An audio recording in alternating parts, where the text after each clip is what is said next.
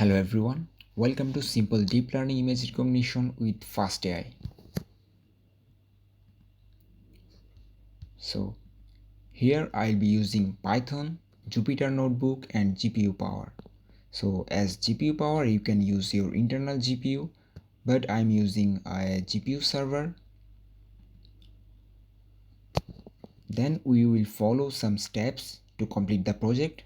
At first, the step 1 is the library setup. Then step 2 is to get the data. Step 3 is to create the data block and the data loader. And step 4 is to build a model. And step 5 is to do the learning accuracy and do the learning rate. And step 6 is interpretation, and finally step 7 is to export and testing.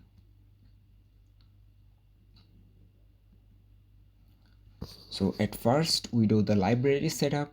So in any Fastai project you write from fastai.vision.all import star. So this imports all the necessary modules from Fastai library for computer vision tasks. And here the star symbol is a wildcard character that imports all the modules in the first.vision package. So make sure you write this code line to start a Fastai project. Then the second step is to get the data.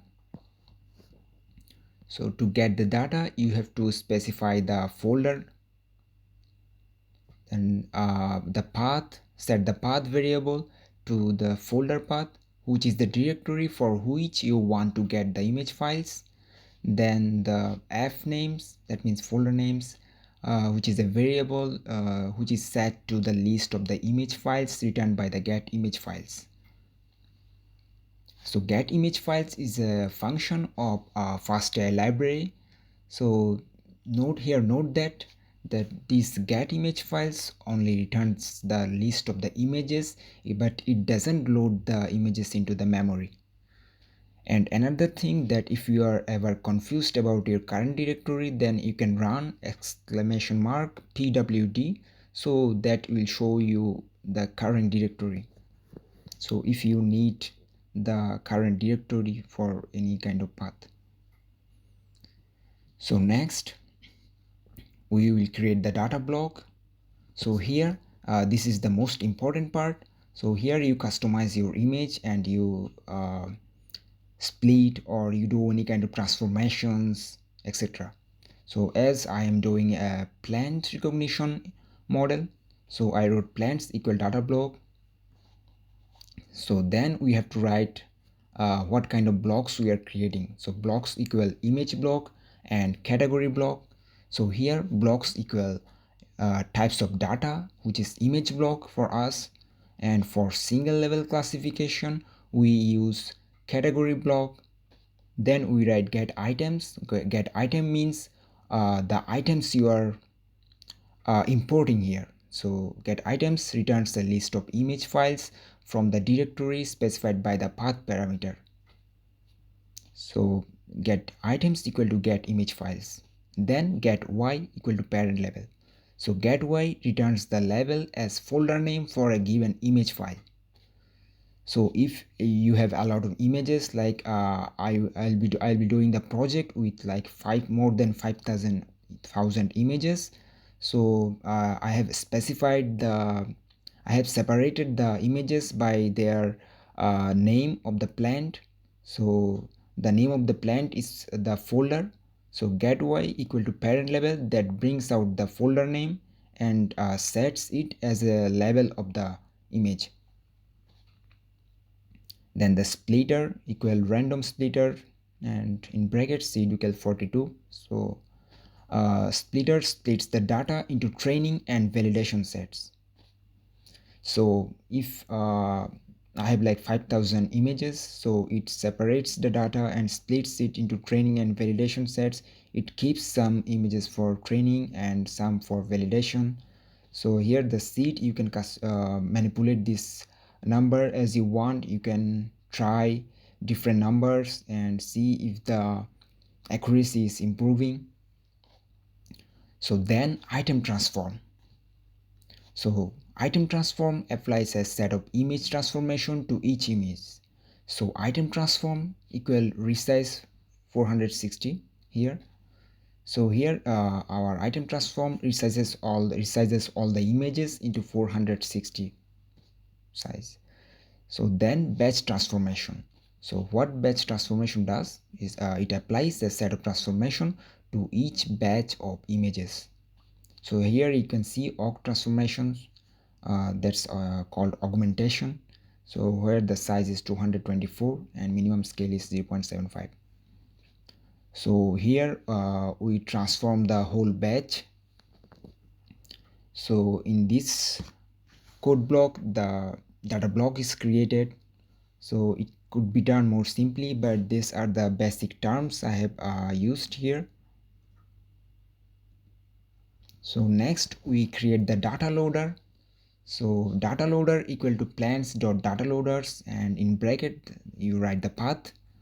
The plants variable is a data block object that specifies how the images should be loaded and transformed, which we explained in the data block. So you can see that previously I set the data block as plants. So now data loader equal to plants dot data loaders and the path. Then the data loaders method is called on the data block object to load the images into memory in batches.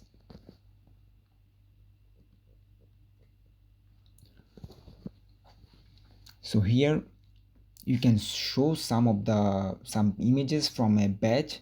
So how do you do that? So you write the data loader dot show batch and you specify the maximum number of the images. So I wrote 8. Then I set a figure size which is 10 by 6. So you can see as output I got some 8 images in 10 by 6 scale. So next, the most important part is to building a model. So here I have created the model learner equals vision learner, then the data loader, then my deep learning model which is ResNet 50, then matrix equal error rate, then we write learner.model. So this creates a learner object that can be used to train a deep neural network model using ResNet 50 architecture. So here data loader variable specifies how the images should be loaded and transformed, and the error rate function is used as a metric to evaluate the performance of the model. So then the fifth step is the learning. So the learning code is very easy. So you just write learner.fit one cycle, then you write the number how many times you are going to train the model, like how many epochs you want. So here I wrote 8. So I'll get 8 epochs starting from 0 to 7. So the fit one cycle method is used to train the ResNet 50 model using the Fastai library. Then the learner object specifies how the model should be trained. The 8 parameter specifies the number of the epochs for which the model should be trained. So next. So you can see in the picture that I got 8 epochs. So you can also see some other values. So which is train loss, valid loss, which is validation loss, and error rate and the time. So you can see that all the loss and error rate are decreasing over time. So that means our model is learning slowly. So some important terms here is epoch, batch size, and number of iteration. So what is epoch? So epoch means one forward and backward pass of all training samples. Then the batch size is number of training samples in one epoch. Then the number of iteration, so that means number of passes, each pass using batch size number of samples. So for example, we have 100 samples and batch size I previously showed you that I took batch size as 42.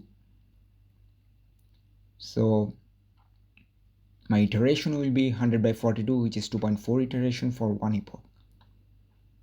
So next, in step 5.2, I did the accuracy and also did the learning rate.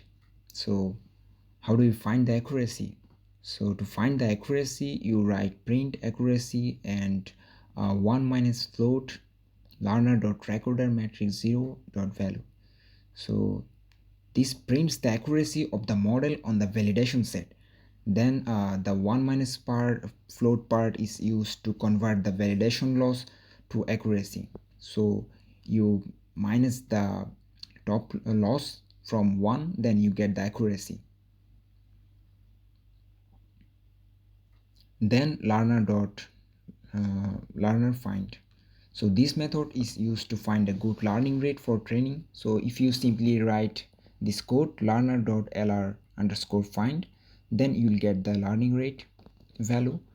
This is very important. If you go in more advanced level, you can use this value and increase your accuracy of the model. Then here comes the step 6, which is interpretation. I did this mainly for representation purpose, so it helps us to understand in which images our model is predicting wrong.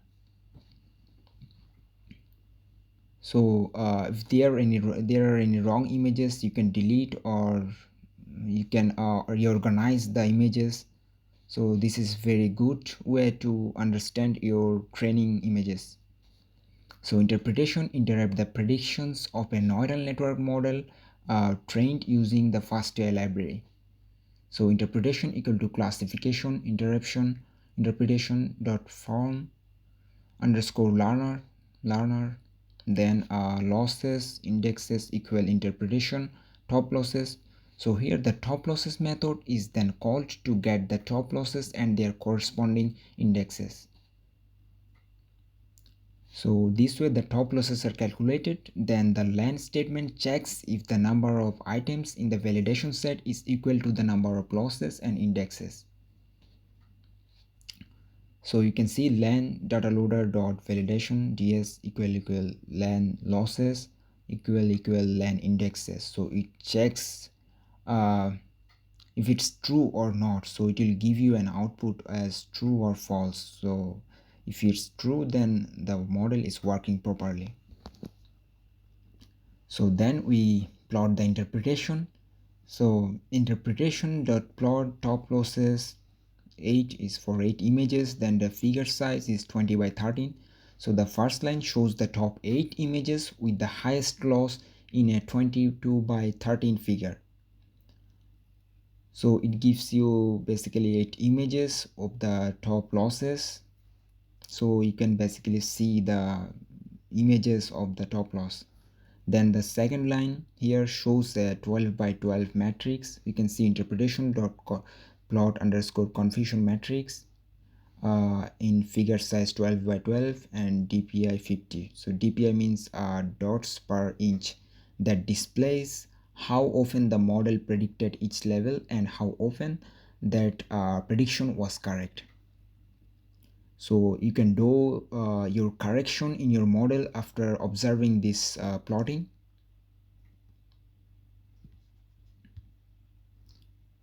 So finally we export our model. So with a simple code line, so we write learner.export plants.pkl. So this immediately exports a file which is named as plants.pkl. So this is the last code block that uses the export method of the learner object.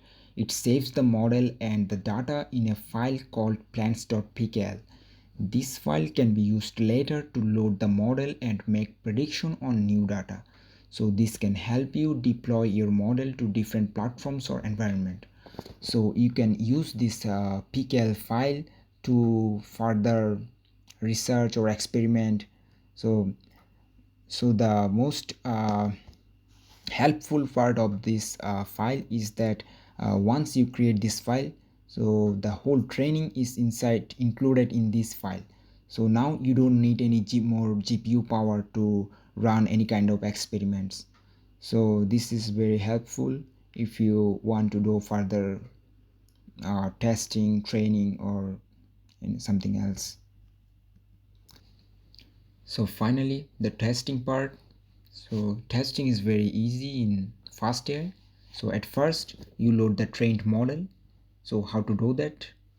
Here I wrote model path equal path in bracket plans.pkl. So you remember that I created a plans.pkl file in the exporting part.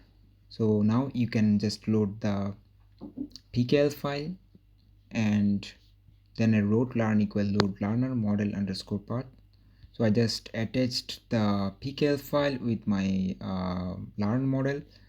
Then you just set the test image path. So you have some images to test the plants images. You can test images from the testing file, or you can just download some plants images that you already trained in your model.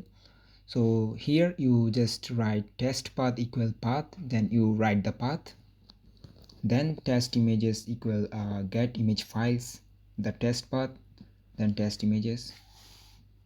So this code block is just same as before. You can remember that when we um, wrote the code block for training images, so this is just same as before. Then the final part, you do the prediction. So how to predict? So for prediction you need three parameters. Then first of all you need the pred, that means prediction, and the pred index, then the probability, which is wrote as probs equal learn.predict test images. So this prints do the prediction of the test images. So now you can do this simply like this, or you can do more things here. You can add some print function, or you can give some condition, but in simple way this will work. So that's all. I will do a practical implementation in Jupyter Notebook in part 2. So like and subscribe, and thank you for watching the video.